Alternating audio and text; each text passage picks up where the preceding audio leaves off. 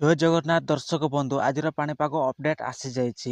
March 15ରେ ହେବ ଓଡ଼ିଶାରେ ପ୍ରବଳ ବର୍ଷା। ଦର୍ଶକ ବନ୍ଧୁ ମାର୍ଚ୍ଚ 15ରେ କୋଉ ଜିଲ୍ଲାରେ ପ୍ରବଳ ବର୍ଷା ହେବ ଆଉ କୋଉ ଜିଲ୍ଲାରେ ପାଗ ଶୁଖିଲା ରହିବ ଆଉ କୋଉ ଜିଲ୍ଲାରେ ପାଗ ମେଘୁଆ ରହିବ। ସଠିକ ଖବର ପାଇବା ପାଇଁ ଦର୍ଶକ ବନ୍ଧୁ ଆପଣମାନେ ଭିଡିଓକୁ ଶେଷ ପର୍ଯ୍ୟନ୍ତ ଦେଖନ୍ତୁ। ଭିଡିଓକୁ ଆରମ୍ଭ କରିବା ପୂର୍ବରୁ ଭିଡିଓକୁ ଗୋଟେ ଲାଇକ୍ କରନ୍ତୁ। ଚ୍ୟାନେଲ ଯଦି ଆପଣ ନୂଆ କରି ଆସିଛନ୍ତି ତାହେଲେ ସବସ୍କ୍ରାଇବ କରିକି ରଖନ୍ତୁ। ପାଖରେ ଥିବା ବେଲ ନୋଟିଫିକେସନକୁ ଅନ୍ କରନ୍ତୁ, ଯାହାଫଳରେ ପାଣିପାଗ ଅପଡେଟ୍ ଖବର ସର୍ବପ୍ରଥମେ ଆପଣ ପାଇପାରିବେ। ଆଉ ନିଜ ବନ୍ଧୁମାନଙ୍କ ପାଖକୁ ନିହାତି ଭାବରେ ସେୟାର କରନ୍ତୁ, ଯିଏ ଆପଣଙ୍କର ଚାଷୀ ବନ୍ଧୁ, ସେମାନେ ମଧ୍ୟ ନୂଆ ଅପଡେଟ୍ ପାଣିପାଗ ଖବର ପାଇପାରିବେ। ଦର୍ଶକ ବନ୍ଧୁ ମାର୍ଚ୍ଚ 15ରେ ପ୍ରବଳ ବର୍ଷା। ଓଡ଼ିଶାର 30ଟି ଜିଲ୍ଲାରେ ବର୍ଷା ହେବାର ସମ୍ଭାବନା କେତେ ଅଛି, ଆସନ୍ତୁ ଜାଣିବା ସମ୍ପୂର୍ଣ୍ଣ ରିପୋର୍ଟ। ମାର୍ଚ୍ଚ ମାସ ଅଧା ହେବାକୁ ଥିବା ବେଳେ ରାଜ୍ୟରେ ଗ୍ରୀଷ୍ମ ଧୀରେ ଧୀରେ ବୃଦ୍ଧି ପାଉଛି। ପାଣିପାଗ ସୂଚନା ଅନୁଯାୟୀ ମାର୍ଚ୍ଚ 15 ତାରିଖ ବେଳକୁ ରାଜ୍ୟର କିଛି ସ୍ଥାନରେ ପାଗ ପରିବର୍ତ୍ତନ ଦେଖିବାକୁ ମିଳିବ। ମାର୍ଚ୍ଚ ମାସରେ ସାଧାରଣତଃ ପଶ୍ଚିମା ଝଡ଼ କିମ୍ବା ସ୍ଥାନୀୟ କାଳ ବୈଶାଖୀ ପ୍ରଭାବରେ ବର୍ଷା ହୋଇଥାଏ।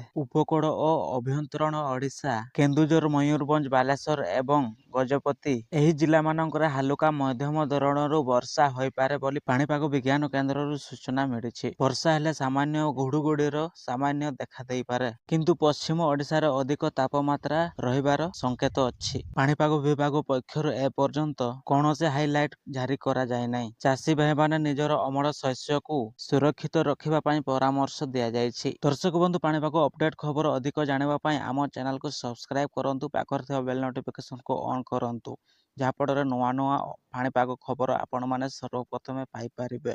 ଆଉ ନିଜ ବନ୍ଧୁମାନଙ୍କ ପାଖକୁ ନିହାତି ଭାବରେ ସେୟାର କରନ୍ତୁ, ଯାହାଫଳରେ ସେମାନେ ମଧ୍ୟ ନୂଆ ଅପଡେଟ୍ ଖବର ପାଇପାରିବେ।